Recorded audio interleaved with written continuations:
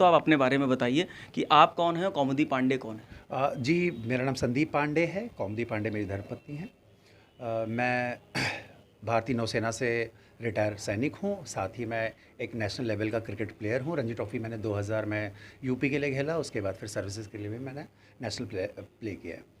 समाज सेवा में बीच में आ गए आप, अचानक नगर में उभरते हुए दिख रहे हैं। जी। और इस चुनाव में आपके मुद्दे क्या हैं? क्या समस्याएं आपको इस पूरे अपने नगर में समझ में आती हैं? देखिए, आज बहुत ढेर सारे लोगों को ऐसा लग रहा होगा कि मैं अचानक समाज सेवा से उठ के बाहर आ गया हूँ, मगर ऐसा है नहीं। 2017 फरवरी में जब मैं रिटायर हुआ था, उसके बाद मैं बात करता हूँ मई जून की या जुलाई अगस्त की बात करता हूँ। मेरा संघर्ष वहाँ से शुरू हुआ था, जब हमारे नगर में सबसे पहले मैं चूँकि मुंबई में पोस्टेड था, कैंटोनमेंट एरिया में रहता था, वहाँ कोई इस तरह का इशू होता नहीं था गंदगी का, मच्छरों का।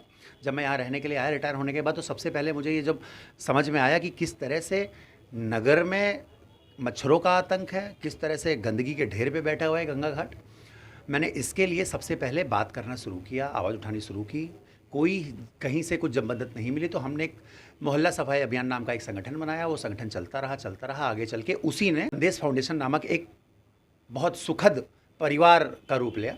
आज हमारा एनजीओ है संदेश फाउंडेशन, जिसमें लगभग 700 से 800 लोग जुड़े हुए हैं। कौन से ऐसे मुद्दे आपको नगर में आप समझ में आ रहे हैं? कौन सी ऐसी समस्याएं हैं? क्योंकि आप लगातार वार्ड तो जा रहे होंगे, आपको पता भी होगा कितने वार्ड हैं आपके इस पूरे गंगा घाट में? 28 वार्ड है।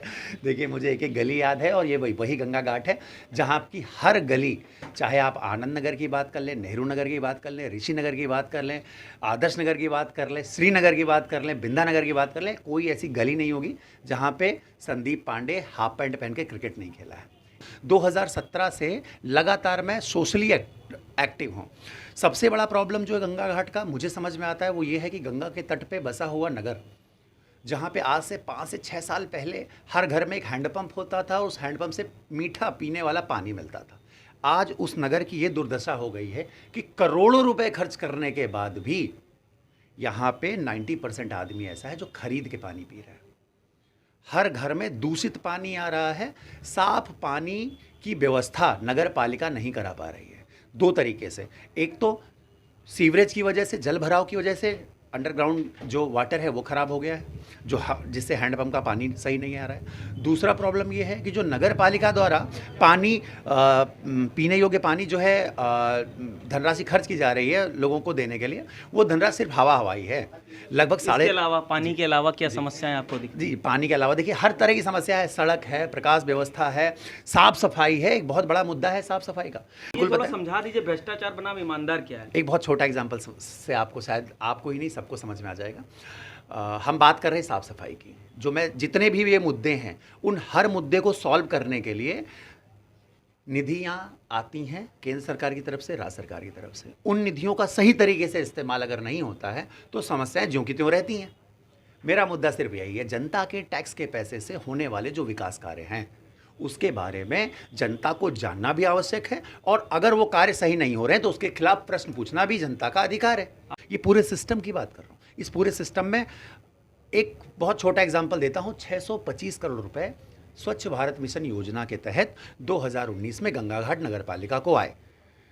28 वार्डों में हर 2-3 वार्डों के बीच में एक SLRM बनाना था। लगभग 12 SLRM बनने थे, जिनकी कीमत लगभग किसी की 28, किसी की 30 लाख रुपए आवंटित की गई थी।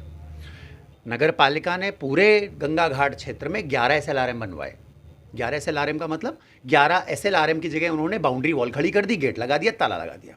तो 625 करोड़ रुपए इसलिए आए थे ताकि सड़क के ऊपर एक भी कूड़ा ना मिले, घर से कूड़ा इकट्ठा हो और इकट्ठा होने के बाद सीधे SLRM में जाए।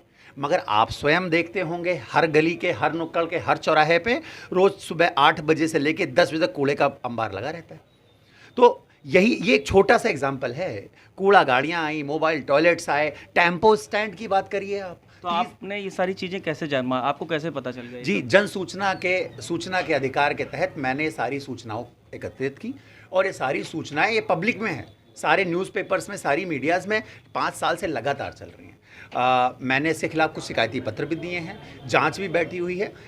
सबसे पहले निदान होना चाहिए, मुझे लग रहा है कि नगर पालिका क्षेत्र में जुड़े हुए नए 5 वार्ड जो थे, जो कि पिछले 5 साल से दंश झेल रहे हैं इस बात का कि वहाँ पे विकास कार्य बिल्कुल शून्य है। मुझे लग रहा है उनको प्राथमिकता देनी चाहिए।